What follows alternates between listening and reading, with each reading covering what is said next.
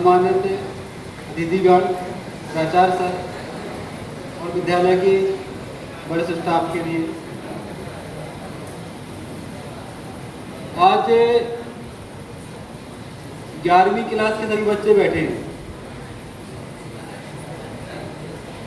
और 11वीं में ही अपन लोग विषय चयन करते हैं। कक्षा 11वीं का जो हमारा एक स्टेप है, एक महत्वपूर्ण स्टेप है।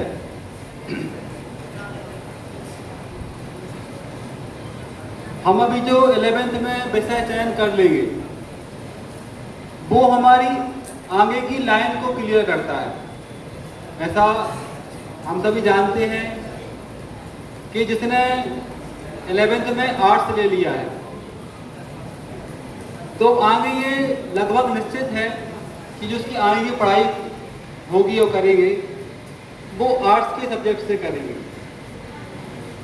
जिन्होंने साइंस ले लिया है, बायोलॉजी ले लिया है या मैथ ले लिया है, वो आगे जाके नीट, जेई एडवांस आदि के लिए तैयारी करेंगे।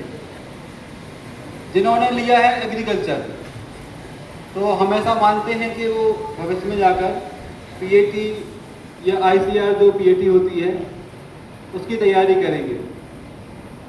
तो आज का जो विशेष सेशन है उसे मैं आपको मतलब बताना चाहूँगा कि आज सर ने मतलब डेट रखी है, आखिरी डेट इसकी विषय चेंज करने की। सभी को मालूम होगा ये आज तक आवेदन की डेट है कि आप लोग चाहें तो जो विषय चाहते हैं चेंज करना, किसी को आर्ट्स से बायो में जाना है, किसी को कृषि से बायो में जाना है या बायो से कृषि में आना है। आज एक महत्वपूर्ण डेट है, सर ने आज तक का टाइम फिक्स किया आपके लिए, तो वो आवेदन कर दें अपना। उसके पहले ये विचार करें कि हमें क्या सही रहेगा। बाहर से आए हैं सर लोग, उन्होंने आपको बहुत सारी बातें बताई हैं, तो हम आपसे कहना चाहते हैं कि आप आगे जो पढ़ाई करना चाहते हैं उसके हिसाब से आपकी जो पारिवारिक जिम्मेदारियां हैं या जो अवसर हैं आगे, हमारा कहने का मतलब ये है कि आप किस विषय के लिए सूटेबल रहेंगे।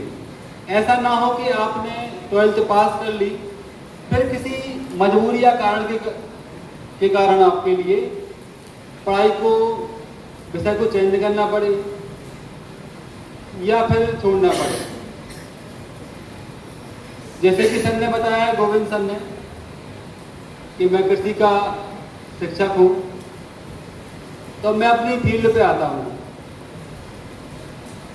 और मैं अपनी फील्ड के बारे में मिलने वाले जो कैरियर के अलग अलग अवसर हैं उनके बारे में कुछ संक्षिप्त जानकारी देता हूँ। एग्रीकल्चर की शुरुआत एजुकेशन लेवल पर हमारे मध्य प्रदेश में होती है 11 से। कुछ अन्य राज्यों में ये 8वीं क्लास तक की जाती है, यूपी में 9 से स्टार्ट हो जाती है, एमपी में जो सिस्टम है हमारे यहाँ का, यहाँ 11 से चयन करते हैं। बहुत से लोगों को नॉलेज नहीं होता है क्योंकि ये विषय बहुत कम स्कूलों में होता है। हमारे सागर जिले में साइंस, आर्ट, मैथ्स, कॉमर्स के लिए लगभग हर ब्लॉक विकासखंड में, तहसील में कई सारे अनेकों विद्यालय हैं, लेकिन एग्रीकल्चर के लिए पूरे सागर में कुल 6 विद्यालय हैं जहां पर एग्रीकल्चर एज ए सब्जेक्ट आशंकाएं मतलब पढ़ाया जाता है। अपना ये सौभाग्य है, हम सबका सौभाग्य है कि हमारा विद्यालय स्टार्टिंग से ही, शुरू से ही लगभग कृषि विद्यालय के नाम से जाना जाता है। विद्यालय के नाम एक्सीलेंस भी रहा, सीएम राइज हुआ बीच में, अब वर्तमान में सांदीपनी है।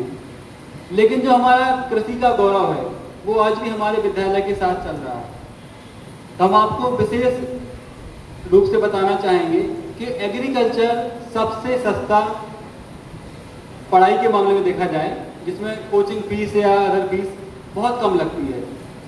सबसे सिक्योर, मतलब मैं अपना अनुभव बताऊं तो जितने भी लोग मेरे साथ कॉलेज में पढ़े हैं, जो मेरे जूनियर रहे हैं या मेरे सीनियर रहे हैं या मेरे बैचमेट रहे हैं, उनमें से 95% तो गवर्नमेंट जॉब में है। 95% गवर्नमेंट जॉब में होना एक अपने आप में बड़ी उपलब्धि है। उसका रीज़न ये है कि इसकी ब्रांचेस कम है, इसमें बच्चे कम हैं, कम लोग चयन करते हैं और भर्तियां ढेर सारी हैं।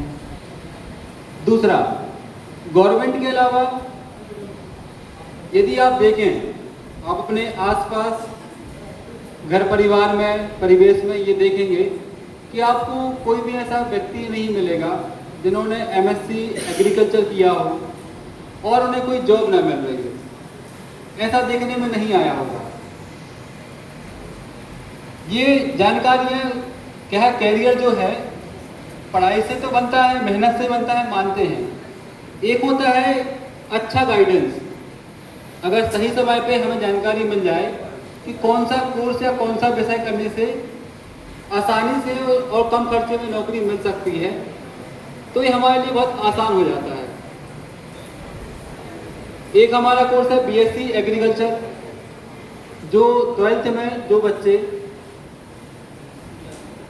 मैथ सब्जेक्ट से हैं, एग्रीकल्चर से हैं या बायोलॉजी से हैं, ये तीनों विषय के बच्चे चाहें तो एग्रीकल्चर फील्ड में आ सकते हैं। तीनों के लिए ऑप्शन खुले रहते हैं। और मैं कुछ आपको टिप्स देना चाहूँगा फ्यूचर के लिए कि बच्चे सोचते हैं कि वहाँ जाए क्या करें।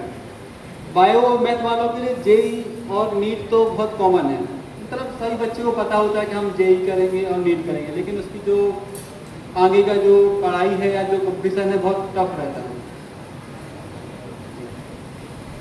तो हमारा ये है कि आप ऐसे फ्यूचर को या करियर को चुनें जिसमें आपको आपके परिवार पे बहुत ज़्यादा बोझ ना पड़े, आपको आसानी से वो कोर्स आप कर पाएँ और कोर्स करने के बाद वो कागज़ के जैसा ना रखा रहे। हमने देखा है अधिकांश घरों में अधिकांश लोग ग्रेजुएट होते हैं, पीजी होते हैं और वो अपने कोई भी अन्य कामों में होते हैं क्योंकि नौकरी नहीं मिल रही होती है। हम चाह रहे हैं कि आप ऐसा विषय या लाइन चुनें जिसमें आपको आसानी से कम मेहनत में अच्छी नौकरी मिल जाए। धन्यवाद।